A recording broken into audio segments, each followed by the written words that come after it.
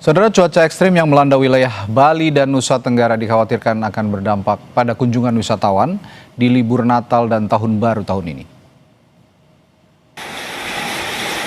Hujan deras disertai angin kencang melanda Bali sejak beberapa waktu terakhir. Dan cuaca ekstrim ini juga mengakibatkan bencana banjir di sejumlah wilayah, termasuk daerah wisata yang ada di kawasan Badung, Bali.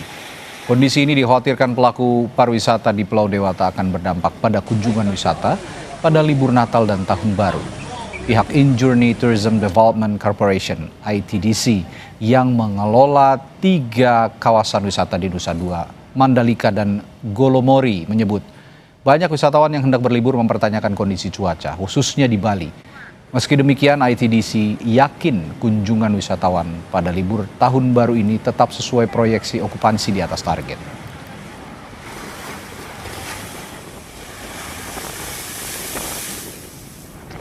Alam ini kan kita nggak pernah bisa prediksi, tapi bagaimana caranya kita bisa melakukan koordinasi, ya cocokologinya juga harus benar supaya ini tidak terlalu berdampak. Jadi kalau kita bicara okupansi, saya rasa bergerak karena kan sekarang cukup banyak himbauan dari pemerintah misalnya untuk melakukan wisata di negeri sendiri yang dilakukan oleh banyak stakeholder. Nah itu saya rasa juga cukup hal yang bagus.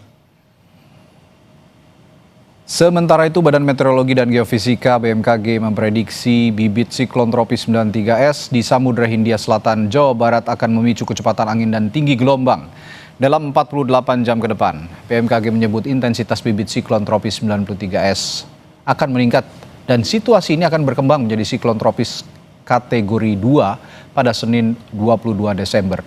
Sejumlah wilayah pun diprediksi akan mengalami cuaca ekstrim, yakni di sebagian besar Pulau Jawa dan gelombang tinggi di perairan barat Lampung hingga Samudra Hindia Selatan, Banten hingga ke Nusa Tenggara Barat. Pertama, ini bukan siklon mas, belum siklon tropis namun bibit siklon tropis. Jadi satu level di bawahnya siklon tropis. Nah saat ini masih terpantau bibit siklon tropis 93S di wilayah perairan selatan Jawa Barat. Dampaknya itu menimbulkan konvergensi, yaitu pertemuan angin terutama di sekitar wilayah Sumatera bagian barat, pesisir Sumatera bagian barat, kemudian pesisir selatan Jawa dan juga di sebagian besar Jawa. Dampaknya itu ada angin kencang dan juga hujan lebat. Yang perlu diwaspadai yaitu di sekitar pesisir barat Bengkulu, kemudian pesisir barat Lampung dan juga di sebagian besar Jawa. Baik anginnya cukup kencang, kemudian potensi hujannya juga menjadi meningkat terkait dengan keberadaan si bibit siklon tropis ini. Dan saudara, saat ini kita sudah bergabung dengan Kepala BMKG periode 2017 hingga 2025, Ibu Dwi Korita Karnawati melalui sambungan virtual. Selamat malam Ibu Dwi Korita. Selamat malam. Assalamualaikum warahmatullahi wabarakatuh. Waalaikumsalam warahmatullahi wabarakatuh.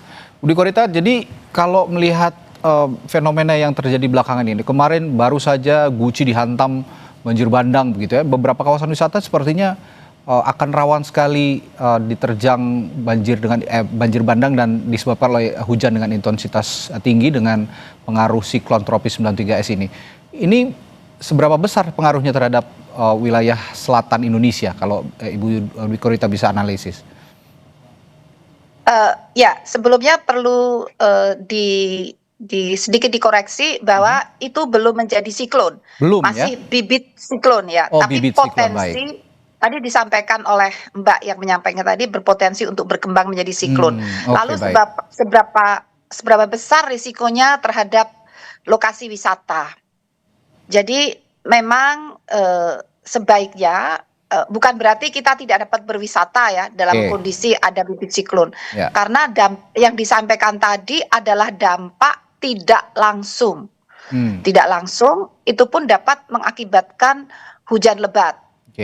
Kemudian apa yang perlu diperhatikan adalah terus mengupdate informasi atau perkembangan informasi cuaca dan peringatan dini. Jadi sebetulnya kalau dari aplikasi mobile phone info BMKG di situ nanti atau mungkin sekarang sudah ada ya selama Nataru ini ada informasi cuaca di selain di daerah-daerah sampai ke level kecamatan dan desa, juga di sepanjang jalur mudik, termasuk di situ ada wisatanya.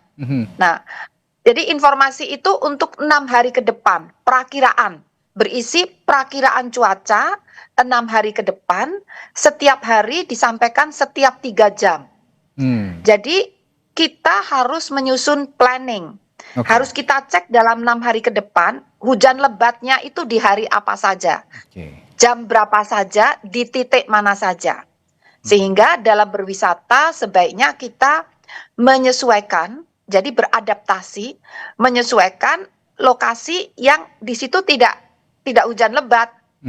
Atau kalau pengen menuju ke suatu lokasi ternyata di situ hujan lebat, ya kita tunda, kita cek lagi kapan tidak hujan lebat. Jadi konsepnya itu bagaimana mengatur kunjungan kita dengan menyesuaikan kondisi cuaca. Kemudian dalam kondisi hujan ya yang harus diwaspadai tentunya menjauh. Artinya kalau hujan tuh lebih baik indoor. Kalau hujan apalagi hujan lebat ya, itu sebaiknya indoor. Saya pun dulu di BMKG meskipun kita semua tahu perakiraan cuaca, ada kilat petir juga takut juga. Jadi kalau seperti itu kami indoor ya. Lalu kita akan tahu kapan kita bisa mulai keluar outdoor. Itu sudah ada jamnya di situ. Sehingga seperti itu. Indoor tuh maksudnya menjauh dari lereng-lereng yang terjal ya, rapuh, rawan longsor, juga menjauh dari lembah-lembah atau bantaran sungai. Menjauh dari pantai juga. Saat hujan ya, saat hujan. Namun biasanya hujan itu ada berhentinya. Nah, kita akan diberitahu berhenti jam berapa. Itu ada di dalam aplikasi mobile phone. Jadi mohon menyesuaikan dengan itu dan informasi. Itu dilihat siklusnya dalam 6 hari ke depan begitu ya, bisa dilihat bagaimana prediksi cuaca dalam 6 hari ke depan. Nah, Bu Dwi kalau begitu begini, kalau sekarang dalam kondisi jelang musim mudik Natal dan Tahun Baru, ini kan moda transportasi yang digunakan para pemudik juga beragam ya. Ada yang moda transportasi udara, laut dan juga darat. Tanpa mengurangi keinginan mereka untuk menaiki moda transportasi yang ingin mereka pilih, tapi sebaiknya yang lebih aman memilih moda transportasi apa? Karena kan di laut juga kemungkinan jika memang bibit siklon ikut akan tumbuh begitu, akan muncul, itu akan ada badai di laut begitu, Bu Dwi. Iya. Kalau berbicara tentang sistem jadi saya menjelaskannya agak sulit. Jadi sistem informasi dan peringatan dini dan sistem pemantauan yang paling aman dari sistemnya ya, itu terbang, penerbangan. Karena dalam penerbangan itu akurasinya untuk BMKG sendiri sudah men-set akurasi informasi cuaca untuk penerbangan harus 100%. Harus 100%. Tetapi untuk yang lain seperti untuk jalan darat itu sekitar 90%. Baik. Apalagi untuk maritim ini agak sedikit di bawahnya. Jadi darat itu 92%, maritim sedikit di bawah 90%. Itu tahun lalu ya. Mungkin sekarang sudah meningkat. Jadi dari segi pemantauan, prediksi, perakiraan dari level akurasi itu paling tinggi, itu udara.